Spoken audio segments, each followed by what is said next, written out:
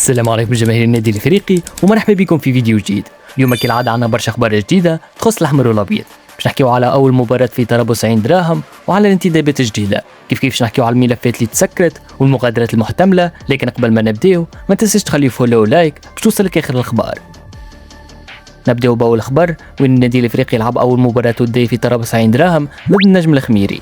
المباراة كانت مقسمة على 3 فترات، وكل فترة المدرب ماهر الكنزاري يلعب تشكيلة مختلفة باش يعطي فرصة لأكبر عدد ممكن من اللاعبين ويعاين الجميع قبل انطلاق الموسم. وين في نهاية الفترة الأولانية النادي الإفريقي يتقدم ب2 أهداف مقابل 0، سجل كل من بسام السرارفي ومحمد صدق قديدة. وفي نهاية الفترة الثانية النتيجة ولات 4 أهداف مقابل 0، زاد سجل محمد صدق قديدة مرة أخرى وحمزة منصري الهدف الرابع. حمزة منصري يزيد 4 أهداف أخرين وبلال أيت مالك يمركز 2 أهداف باش تنتهي المباراة بانتصار عريض بنتيجة 10 أهداف مقابل 0.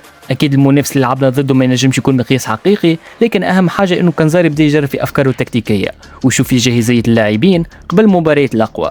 بعد المباراة هذيا النادي الافريقي عنده 2 مقابلات اخرين وديه ويمشي يلعب ضد النادي البنزرتي يوم 2 اوت، وهذا باش يكون اول اختبار حقيقي قدام فريق من الرابطه الاولى. ومن بعدها باش يلعب ضد سقيط الداير يوم 8 اوت، وهذه باش تكون اخر المحطات التحضيريه قبل نهايه الموسم الجديد. نتعداو للانتدابات وين اداره النادي الافريقي صرفت النظر نهائيا على المهاجم سليمان كوليبالي، ومن بعد المفاوضات تم غلق الملف واللاعب ماهوش باش يكون من الانتدابات الصيفيه.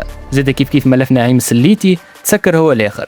حسب اخر المعطيات وكيل اعماله الفرنسي طلب عقد سنوي بقيمه 250 الف يورو، يعني تقريبا بفلوسنا حوالي 850 مليون بالعمله التونسيه. واداره النادي الافريقي رفضت الشيء هذايا واعتبرت الرقم مرتفع برشا وقررت توقف المفاوضات نهائيا مع نعيم السليتي. اما في المقابل النادي الافريقي قريب برشا من الاعلان الرسمي على المهاجم الكاميروني تادو سينكينغ. اللاعب هذا باش يصحح عقد 3 سنوات ومبقى كان الاعلان الرسمي في الساعات القادمه. اللاعب الكاميروني هذا يبلغ من العمر 26 سنه وسبق له لعب مع بورتو وهلسنكي الفنلندي، واخر تجربه ليه كانت في الملعب المالي وين شارك في دوري ابطال افريقيا وسجل 6 اهداف.